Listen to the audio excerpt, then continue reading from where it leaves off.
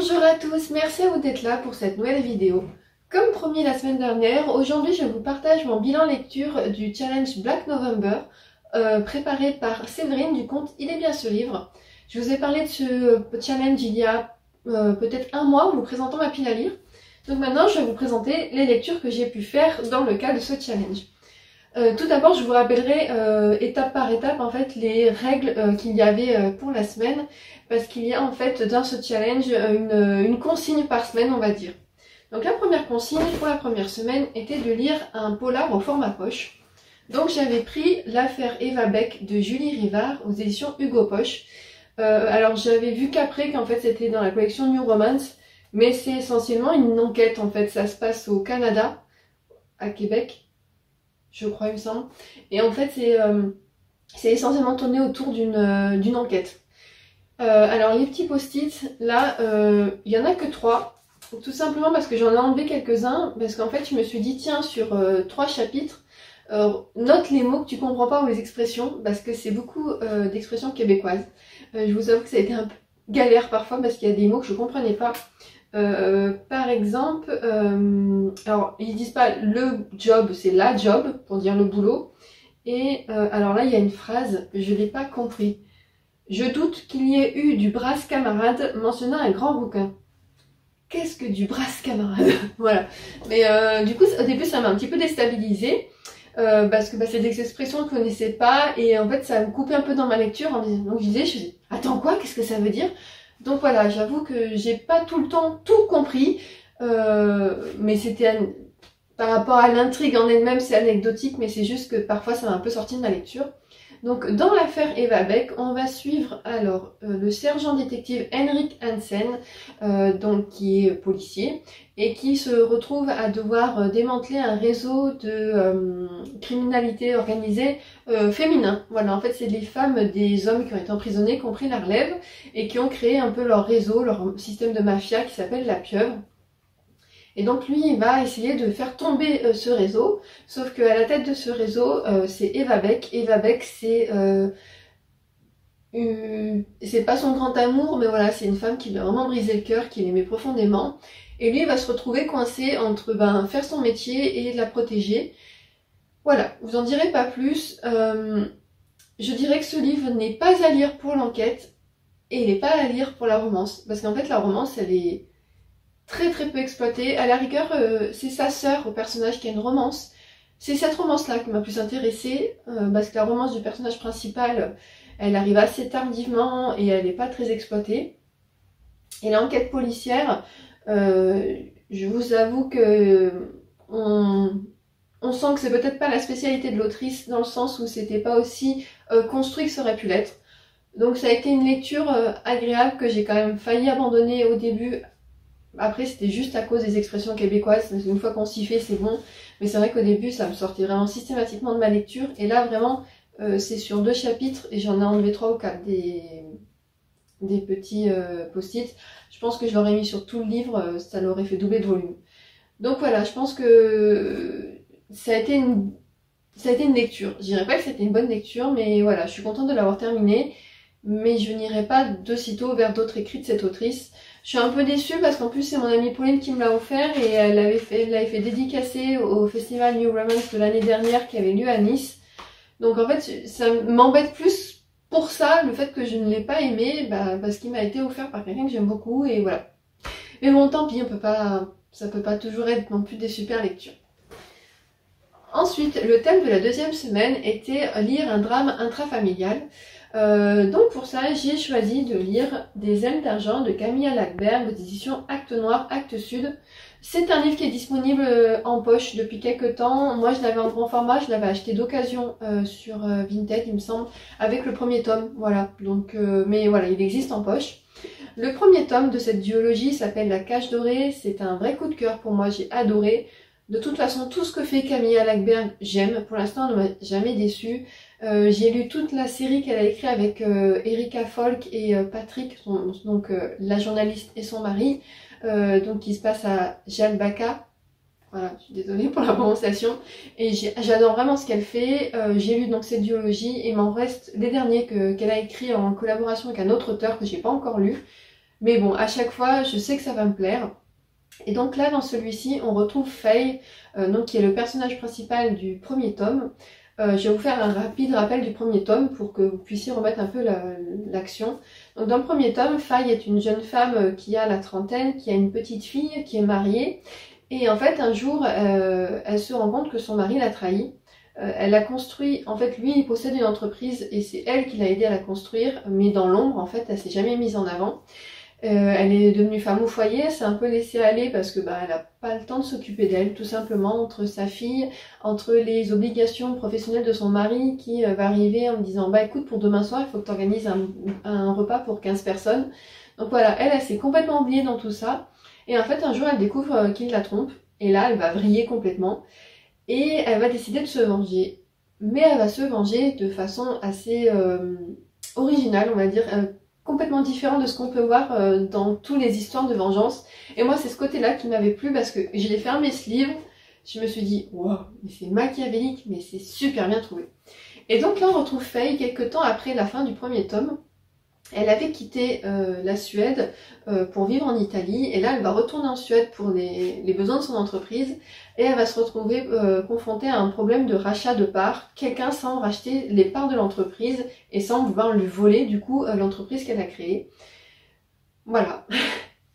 Je peux pas vous en dire plus malheureusement parce que c'est vraiment spoilant tout ce que je peux vous dire.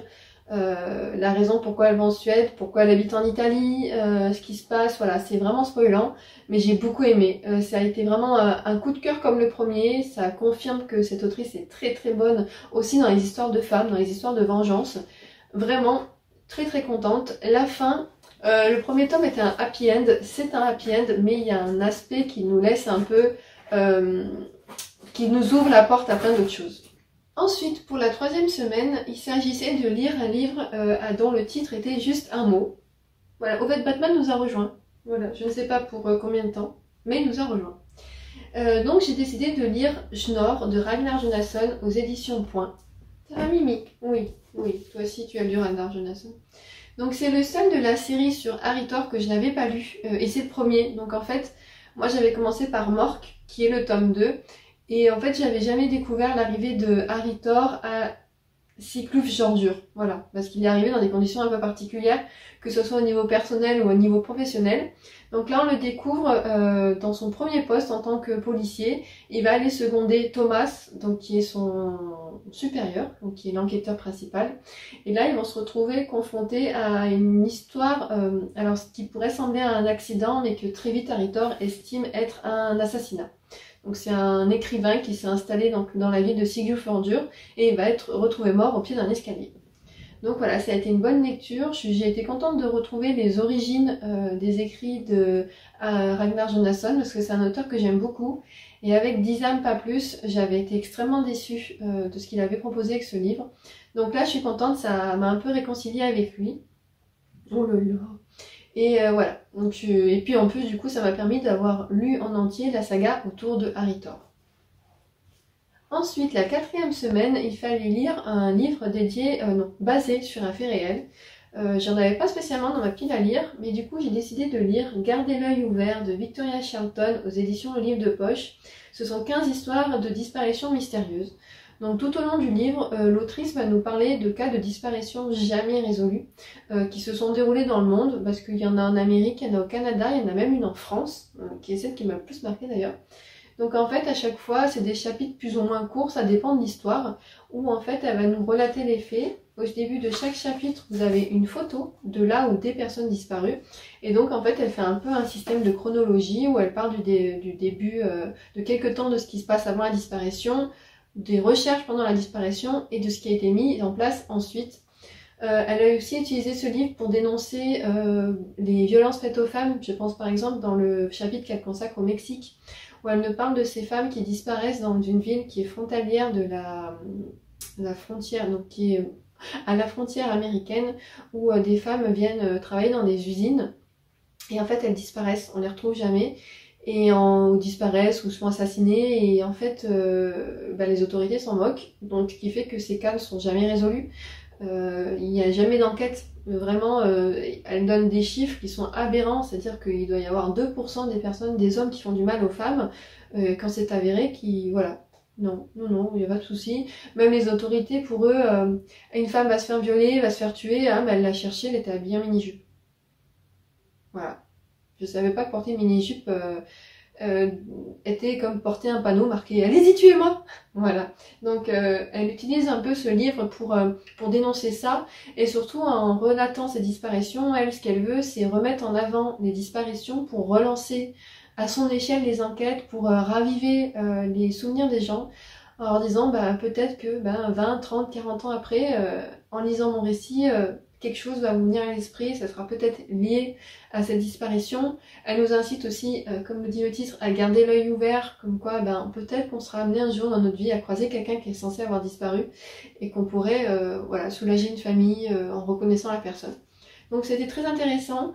Par contre, j'ai dû lire ce livre en alternant avec une autre lecture, parce que, comme je vous ai déjà dit dans d'autres vidéos, quand c'est des faits réels, ça me touche trop. Voilà, ça me perturbe un peu, donc j'étais obligée d'alterner.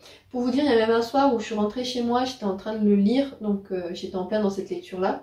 Je suis rentrée chez moi à pied, j'ai dû traverser rapidement une forêt pour rentrer chez moi. Et en fait, j'étais pas bien parce que je pensais que à ce bouquin en me disant "Oh, ça serait une super condition pour disparaître". Donc voilà, la madame, faut pas qu'elle lise ce genre de livre. Mais c'était hyper intéressant. Si vous aimez tout ce qui est les cold cases et true crime, je vous le conseille parce que c'était très bien fait. En plus, ce que j'ai aimé, c'est que l'autrice, elle a des rubriques où elle donne son point de vue. Ça, j'ai trouvé intéressant. Enfin, des auteurs qui donnent un peu leurs avis sur ce genre de choses. Elle ose dire ce qu'elle en pense. Ce que j'ai aussi, je trouve que ce que relève un peu ce livre aussi, révèle plutôt, c'est que très souvent les enquêtes n'ont pas abouti parce que ça n'a pas été pris au sérieux dès le début. Je pense notamment à la disparition d'un enfant de 12 ans dans les années, début des années 80, je crois, je sais plus exactement. En fait, la police a réagi qu'au bout de 72 heures à peu près, parce qu'ils pensaient qu'il avait fugué. Sauf que c'est souvent dans les premières heures qu'on résout une disparition d'enfant, donc voilà, très très intéressant. Ça a l'air de plaire à Batman. Et enfin, la dernière semaine, il s'agit de lire un livre avec des titres au chapitre. J'en avais trouvé un, le Camille Asten, que je vous avais présenté, Le Village Perdu, mais j'ai pas envie de le lire. Donc j'ai cherché autre chose et j'ai trouvé ceci dans ma pile à lire, Le Clocher de Noël et autres crimes impossibles, présenté par Laurent Lacourbe aux éditions Archipoche. Donc c'est un recueil de 13 nouvelles, il me semble, 13 meurtres en chambre close, et en fait, du coup, une nouvelle correspond à un chapitre et il y a un titre à chaque fois. Je n'ai pas encore commencé à l'heure où je tourne cette vidéo, on est le 30 novembre, pardon. Je vais le commencer aujourd'hui, je pense. Voilà, je vais pas tarder à le lire, mais parce que du coup j'avais une autre lecture en cours. Donc voilà, je l'ai pas encore commencé, à l'heure actuelle on est le 30 novembre, mais je pense le commencer aujourd'hui. Je vais déborder un petit peu sur le mois de décembre, mais bon, c'est pas bien grave. Donc je vous en parlerai dans mon prochain bilan lecture, parce que pour le coup je ne l'ai même pas commencé. Donc voilà pour le bilan du Black November. Je suis assez contente, j'ai quand même fait de belles découvertes. De bonnes lectures dans l'ensemble, à part le premier où mon avis est un peu plus mitigé. Mais sinon voilà, je suis très contente. C'est là, alors sur la deuxième fois où je le fais en entier, mais je crois que c'est la troisième ou la quatrième fois que je participe au Black November. C'est un challenge que j'aime beaucoup, que je trouve assez original, en plus parce qu'il n'y a pas beaucoup de challenges autour du polar. Donc voilà, si vous êtes amateur de polar, que ça peut être un challenge qui vous plaît, je vous propose de regarder du coup pour l'année prochaine si vous pouvez participer à la session. Est-ce que vous avez déjà lu certains de ces livres? Qu'en avez-vous pensé? Et vous de votre côté, qu'avez-vous lu de beau au mois de novembre? Voilà, sur ce je vous remercie infiniment d'avoir regardé cette vidéo et je vous dis à très bientôt.